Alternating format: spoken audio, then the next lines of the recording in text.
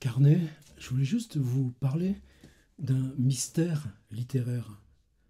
En fait, quand on travaille l'écriture, on ne fonctionne pas de façon intentionnelle.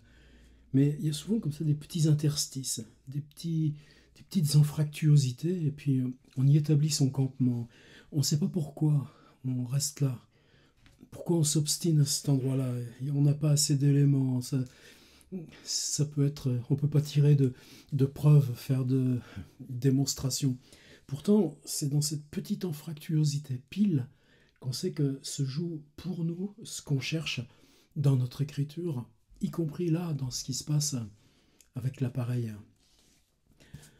Le petit mystère en question, il part pour moi d'un texte de Blaise Cendrars, qui s'appelle encore Freddy Sauzer.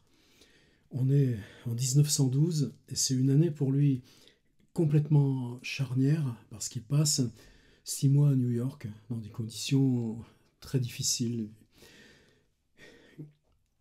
Et c'est en même temps, dans le choc de cette ville qui commence à pousser de tous côtés, même si on est un petit peu à mi-chemin, 1880 par là, la Statue de la Liberté, 1937 le Empire State Building, mais 1910, la ville commence à devenir verticale. Et il y a déjà plein de textes là-dessus, on n'est pas dans une novation. Par contre, ce qui est neuf, c'est que lui décide d'en faire son projet d'écriture. Alors c'est des textes qui ne sont pas connus depuis si longtemps que ça. C'est Myriam Sandrar, sa fille, celle qui a écrit cette biographie de son père magistrale obligatoire, qui je crois les a publiés pour la première fois vers 1959, par là. Elle avait appelé ça carnet secret ou inédit secret. C'était gardé dans une espèce de malle cerclée de fer. Moi je l'ai vu, la malle en question, elle est gardée avec le magnétophone, les machines à écrire, dans les sous-sols des archives de la Bibliothèque nationale de Berne ensuite.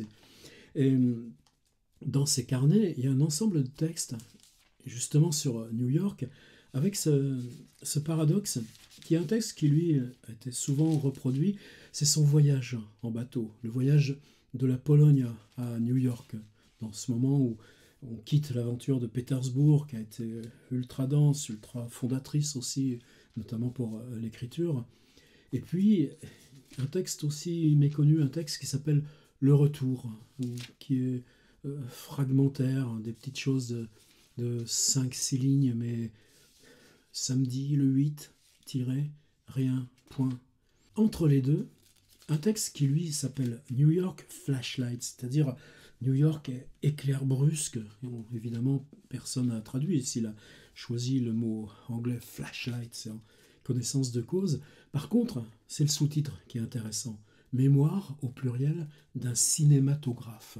Ce texte, il y a New York Flashlight, il y a un élément que je pense que tous les littérateurs connaissent. Il est reproduit dans tous les essais sur Sandrar, tous les articles y reviennent. On peut le trouver sur Internet facilement. Moi, il y a des années que ce texte est dans mes petites ressources perso. Ça s'appelle Préface. Donc, le texte s'appelle New York in Flashlight, et il y a Préface. Et cette préface, elle est explosive. J'ai été en traitement chez un cinématographe. Depuis lors, je me suis procuré un appareil. Je l'emploie souvent, surtout le soir, quand j'ai vaguement peiné sur un poème et que les rimes ne viennent pas. L'appareil crépite, le film ronronne, les images pleuvent, le cerveau se gonfle à la pluie, les nerfs se détendent, le cœur s'apaise, les scènes défilent, me cinglent comme les flagelles glacés des douches. La vulgarité de la vie quotidienne me régénère. Je ne poursuis plus de chimères, je ne rêve pas, pas de métaphysique, pas d'abstraction. Les mâchoires se décrochent, je ris en équilibre dans un fauteuil. Pour 5 sous, c'est mon hygiène d'homme de lettres trop aigri. Le cinématographe est mon hydrothérapie. Alors donc, c'est l'appareil à projeter des films dès 1912. Mais comment ce truc-là rejaillit sur comment vous allez regarder à votre tour la réalité? Deuxième paragraphe. J'aime aussi beaucoup les métropolitains et les chemins de fer suspendus, surtout ceux de New York, car ils sont mal bâtis, il y arrive beaucoup d'accidents, les express fusent, les roues tournent, les ressorts grincent, un rythme à heurter impair m'emporte, je bois de la vitesse, cette absinthe de tout le corps, quand je suis ivre, le train s'arrête et mes excès ne vont pas plus loin.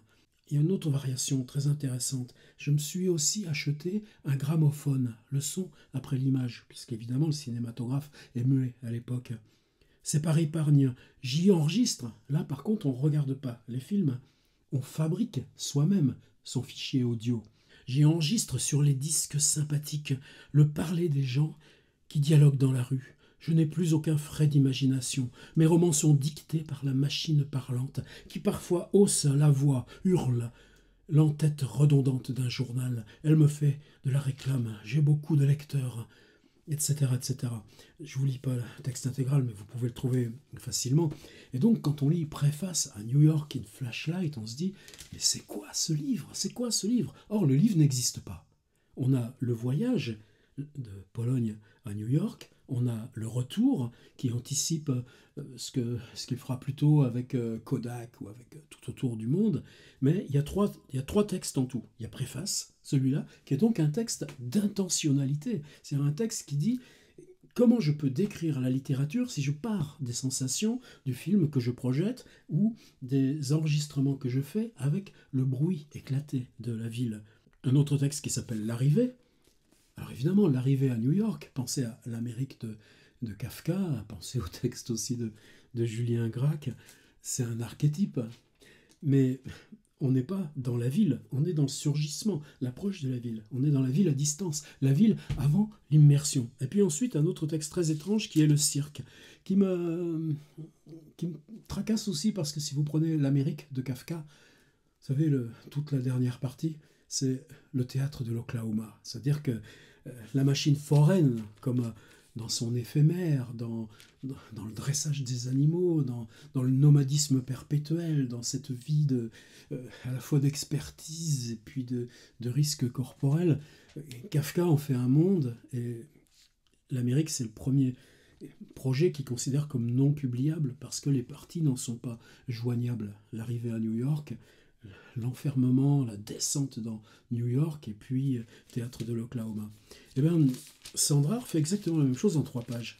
Préface, en fait, c'est pas préface à un livre, c'est un des 3 textes, c'est le rapport direct à la ville dans la médiation de la machine. Le deuxième, l'arrivée, troisième, le cirque. Alors mon petit mystère littéraire, il est quoi? C'est-à-dire que voilà un livre qui se présente comme idée, projection. Voilà un livre qui se présente comme idée, projection, rêve de livre, intention de ce que la ville et les outils techniques de perception, le cinéma, changent au récit de la ville.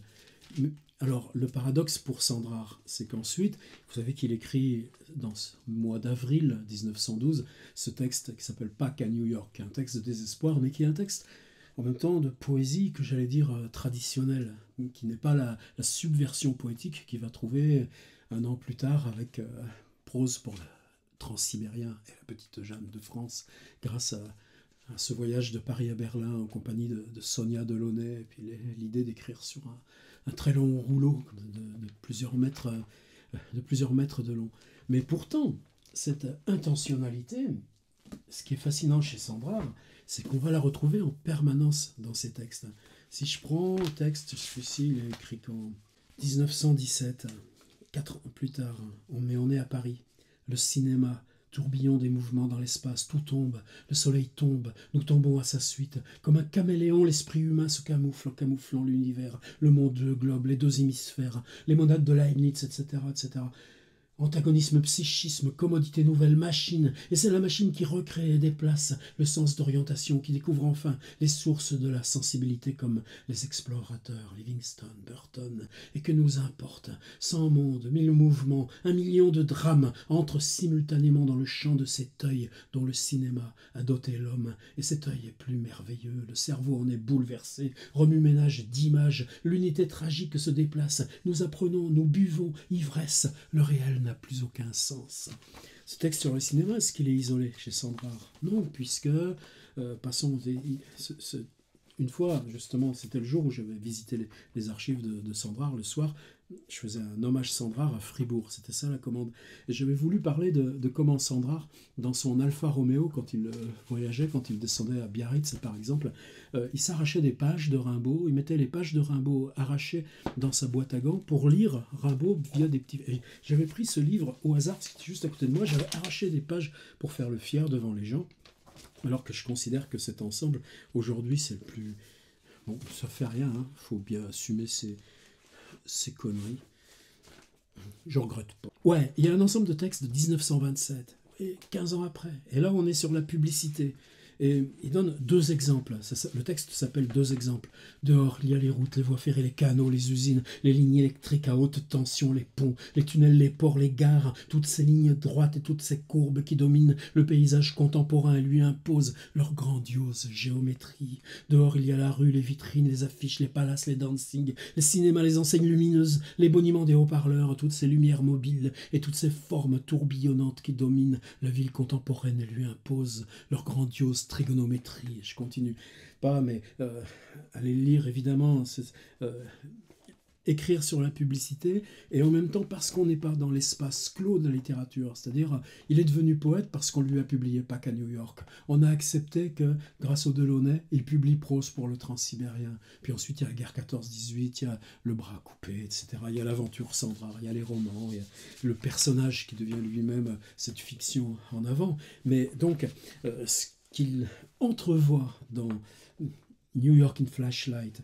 et qui répète quand il écrit sur le cinéma, quand il écrit sur la publicité, ça ne rejoint pas sa littérature, ça la rejoindra tout au fond, tout au bout. Ça la rejoindra dans Lotissement du ciel, ça la rejoindra dans ses textes sur les photos de Douaneau, banlieue de Paris, ouest, sud, est, nord, dont j'ai parlé récemment en atelier d'écriture. On continue. Maintenant, je ne voudrais pas trop vous perdre votre temps, mais j'ai parlé de mystère, j'ai parlé d'énigme. L'énigme, pour moi, la voilà. Pierre Loti. Qu'est-ce qu'il y a à voir entre Pierre Loti et Blaise Sandrard? S'ils ont des points communs, cette espèce, j'allais dire, d'arrogance, de dureté vis-à-vis de l'autre.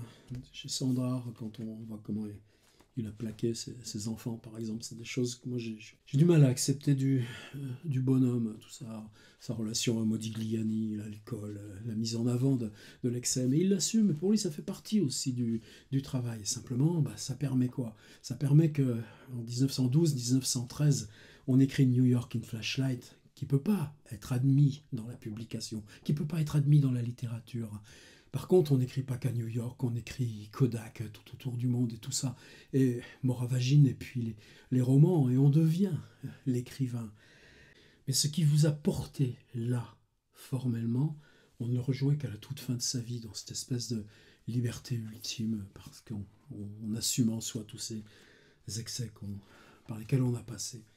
Loti, pour moi, c'est pas un intellectuel, mais ce que je trouve fantastique dans les voyage de Loti, dans tous ces textes qu'on dirait aujourd'hui non-fiction. C'est marrant de dire « Oh, Pierre Loti, non-fiction », les carnets, les lettres, tous ces récits. Et pas, c'est-à-dire non pas Madame Chrysanthème ou non pas Pêcheur d'Islande, mais toute l'expérience directe, les carnets écrits au Japon, les carnets écrits à bord des bateaux de guerre où il est. Loti, il pense pas, mais il voit. Et sa phrase, c'est la phrase qu'il voit à sa place. Et là, alors toujours par le même Alain Kella-Villéger, qui est un type qui, ça fait plus de 20 ans qu'Alain se consacre à la publication de l'œuvre de Loti, un travail silencieux, souterrain, mais essentiel pour nous qui considérons que ça, c'est des outils de travail. Ici, avec Bruno Versier, vous connaissez son bouquin avec Dominique Viard. Donc Versier et Kella-Villéger éditent ces textes sur l'Amérique. Ça va de la Patagonie jusque tout au nord. On a le choix. Et puis là, on est en septembre 1912. Alors c'est fascinant parce que Sandrard est de février 1912 à juin 1912 à New York. Et quand il arrive à s'en extirper en juin, il est vraiment au bout du rouleau. Il a fallu qu'il emprunte à distance en France de l'argent qu'il n'a pas pour avoir un billet de paquebot 3e classe, avec vraiment les pires conditions qu'on puisse imaginer. Et Loti, c'est le contraire. C'est une pièce qu'il voulait faire à Paris pour Sarah Bernhardt. Sarah Bernhardt l'a pas joué, mais le texte a été traduit en Amérique et produit à Broadway. C'est une grosse production parce que Loti, académicien, est célèbre. En 1925, vous lisez les suppléments littéraires du New York Times, que je fais pour d'autres raisons, les académiciens en France ont droit à des pleines pages. Il y a un livre qui s'appelle Les pantoufles d'Anatole France, on lui consacre une pleine page. Par contre, vous croyez que les Lovecraft, les Hart Crane et tout ça, eux, ils ont droit au New York Times? Non, ça c'est les contradictions de ce truc. Et Loti, il est déjà venu aux États-Unis, 30 ans avant, 1880, aussi exceptionnel que ça nous semble. Il n'a pas envie d'y revenir. Pour lui, c'est la vulgarité, c'est l'argent. Il est à distance à New York. Donc il vient à contre-cœur. Et puis, quand il partira, il dirait « Ouf, soulagement, je pars de New York ». En même temps, il y reste 6 semaines. Alors on est en septembre 1912. À quelques semaines près, ces deux types auraient pu se croiser. Ils ne se seraient pas parlé, évidemment, ils n'avaient rien à se dire. Qu'est-ce que ça va avoir? En plus, les conditions tellement sociales, tellement opposées. Mais Loti, voilà ce qu'il rapporte de New York. Donc c'est un texte quand même plus que consistant, qui va être publié en magazine, dans avec je crois qu'il y a remue-ménage dans le titre général du dossier. Elle est en plein vertige, c'est incontestable, vertige de vitesse, d'innovation, de téméraires industries. Mais il y a vertige et vertige comme il y a ivresse et ivresse, etc. etc. Loti prend New York en pleine poire. Il y a aussi ces lettres-là qui sont un complément énorme. Et voilà comment Loti, qui lui, donc, a décidé le contraire, a décidé qu'il n'aimerait pas New York, a décidé qu'il rejetterait New York, qu'il vient là parce que c'est sa gloire, on le joue sur Broadway. Alors lui aussi, ça commence par l'arrivée. Samedi 21 septembre, le jour se lève, l'hélice du paquebot a ralenti son tournoiement, etc., etc. Mais voilà chez Loti ce que ça donne. Le long des deux rives, à perte de vue, s'alignent les docks couverts, gigantesques carcasses toutes pareilles, en ferraille couleur de deuil. Partout des inscriptions raccrocheuses s'étalent en lettres de 10 mètres de haut, les unes blanches rouges sur les fonds noirs, les autres aériennes soutenues par des charpentes d'acier. On est assourdi par des sifflets stridents, des plaintes gémissantes de sirènes, des grondements de moteurs, des fracas d'usines. Et au-dessus de tout, cela que tant de fumée enveloppe plus haut, comme des géants poussés trop vite, trop efflanqués, des géants qui allongeraient démesurément le cou pour mieux voir, les gratte-ciel surgissants, effarants et invraisemblables, les uns carrés, les autres pointus, les gratte-ciel à 30, 40, 50 étages, surveillant ce pandémonium par leurs myriades de fenêtres. Vous croyez que c'est du hasard? Non, prenez juste après. Et au milieu de ces gens empressés qui cheminent le long des trottoirs, de tout petits êtres décrivent des courbes folles, des enfants à roulettes, qui, déjà pris d'une frénésie d'aller vite, font du skating éperdument sur l'asphalte. Quand est-ce que vous croyez que le skate est entré dans la littérature française? Pierre Loti. Je continue. Si vous en avez marre, vous arrêtez.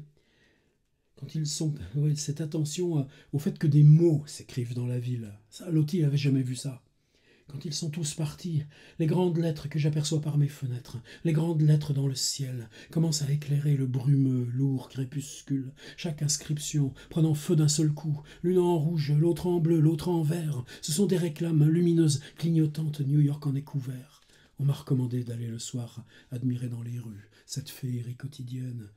Et l'électricité, presque sans trêve, il faut se résoudre à entendre courir en vertige au-dessus de sa tête, sur les vibrantes passerelles de ferraille, des files de wagons monstres bondés de monde, étincelants de feu. En revenant d'ici, Paris va me sembler une bonne petite vieille ville arriérée, calme, aux maisonnettes basses. C'étaient les gratte-ciel, c'étaient les grandes lettres réclames au-dessus de moi, c'étaient les grands tonneaux rouges montés sur leurs échasses de fonte. Edward Hopper, qui est à Paris à ce moment-là. Trop de choses en l'air, vraiment. Pas assez de calme là-haut. Et puis, ces 6 millions d'êtres humains tassés alentour, ce foisonnement de monde, cette superposition à outrance oppressait mon sommeil. De quoi il parle, Loti? Des rêves que lui a induit New York. Sandra aussi fera beaucoup plus tard un texte comme Michaud, un texte sur ses rêves, tout à fait étonnant aussi.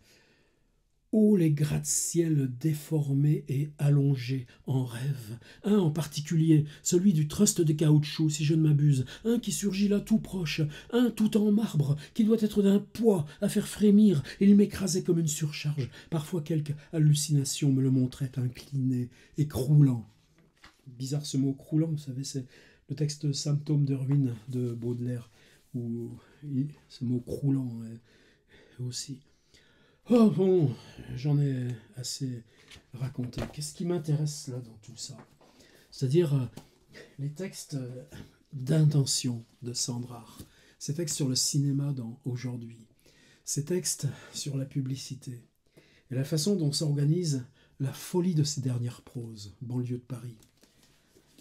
C'est des choses qu'il a amorcées en 1912, non seulement avant d'avoir publié quoi que ce soit, mais parce que ces choses-là ne peuvent pas même être lues même par les meilleurs. Vous savez, Apollinaire qui écrit Alcool et le poème initial, Zone, il est ponctué. Quand il découvre Prose pour le Transsibérien, ce manuscrit, Apollinaire enlève la ponctuation de Zone et en fait ce poème invraisemblable qui tous nous a constitués. Donc ce texte, chez Sandrard, ce livre sur New York, il reste intentionnel, il reste non écrit. Flashlight New York, il y a 3 textes. Préface, arrivée, cirque. En fait, c'est que cette conjonction côté Amérique de Franz Kafka, qui est si curieuse, que j'ai jamais vu évoquer nulle part d'ailleurs. Et ce texte préface, on n'est pas dans la préface à un livre qui existe, on est dans l'intentionnalité du livre qui s'écrit comme texte de littérature.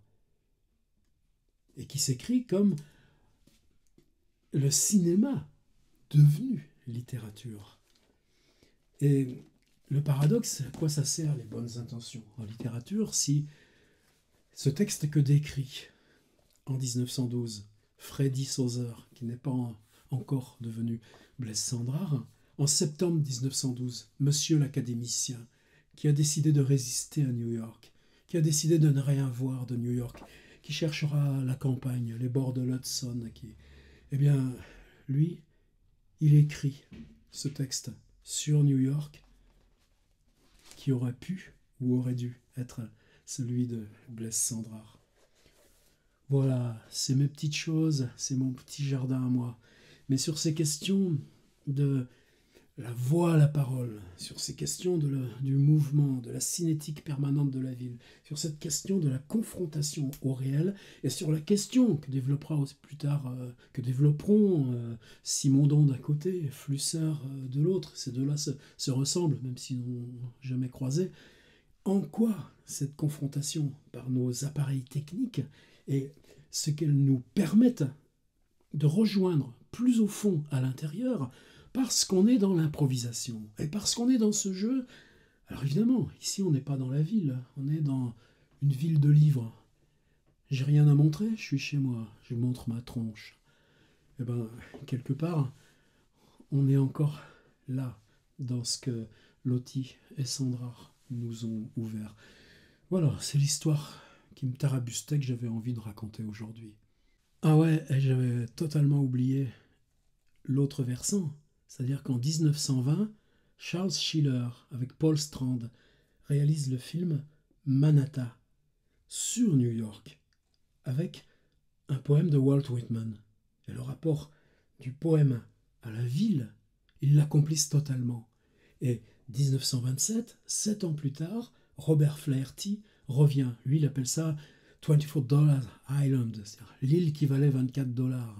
Tout ça aussi, c'est facile à trouver, je vous mets les liens juste en dessous. Et Flaherty, on est la même année que Dziga Vertov. C'est-à-dire que le cinéma trouve sa langue aussi par la ville. Et est-ce que le Manhattan de Schiller ou le 24 Island de Flaherty ne sont pas déjà aussi nos écritures d'aujourd'hui? C'est tout ça qui me tarabuste en ce moment et qui fait que je préfère cet outil-là. C'est trop long, mes petits romans, c'est pas grave, ça me regarde. Merci en tout cas d'être resté jusque-là si c'est le cas.